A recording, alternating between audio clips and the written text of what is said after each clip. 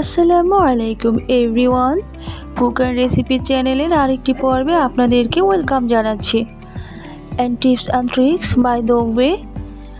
আজকে থাকছে অমৃত স্বাদের নুডলস রান্নার রেসিপিটা কিভাবে করেছি আপনাদেরকে দেখিয়ে দিচ্ছি।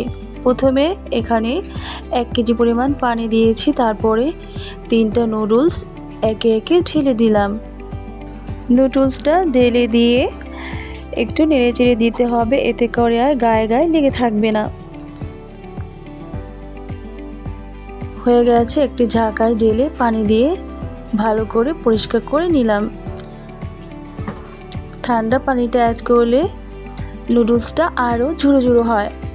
চুলে একটি প্যান বসিয়ে অয়েলটা গরম হওয়ার পরে 4 কাপ পেঁয়াজ কুচি, টিস্পুন কাঁচামরিচ আর নিয়ে নিলাম দেশি চিংড়ি মাছ, সাথে নিয়ে নিচ্ছি 2টো ডিম। সবগুলো উপকরণ দিয়ে একটু নেড়েচেড়ে দিয়ে পেঁপে কুচিটা অ্যাড করে দিয়েছি। স্বাদ মতো লবণ অ্যাড করে দিলাম, সাথে নিয়ে নিচ্ছি আলু কুচি, দিয়ে দিয়েছি পটলের কুচি। সবগুলো উপকরণ দিয়ে একটা বাজি তৈরি করে নিলাম।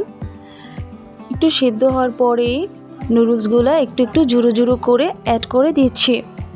কিছুক্ষণ নেড়েচেড়ে দেওয়ার পরে টমেটোর সস দিয়ে দিলাম, সাথে যে মশলাগুলো ছিল একে একে কেটে একই সাথে অ্যাবজর্ব করে দিয়েছি।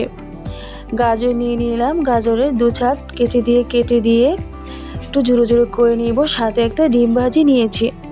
ডিম ভাজিটা ঝুড়ো ঝুড়ো একটা কাঁটা চামচের সাহায্যে ঝুড়ো ঝুড়ো করে এরই সাথে অ্যাডজাস্ট করে দিব। এতে করে নুডলসের যে স্বাদটুকু তার থেকেও দ্বিগুণ স্বাদ পেয়ে যাবে এবং এটা রেস্টুরেন্টের নুডলসের মতোই হবে।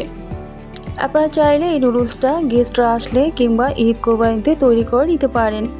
একদমই শেষের দিকে একটা হ্যান্ড গিটারের সাহায্যে গাজরটা একটু একটু করে কুচি কুচি করে উপর থেকে ছড়িয়ে দিচ্ছি। আপনার কাছে কেমন লেগেছে অবশ্যই আমাকে কমেন্ট বক্সে জানিয়ে দিবেন। আল্লাহ হাফেজ।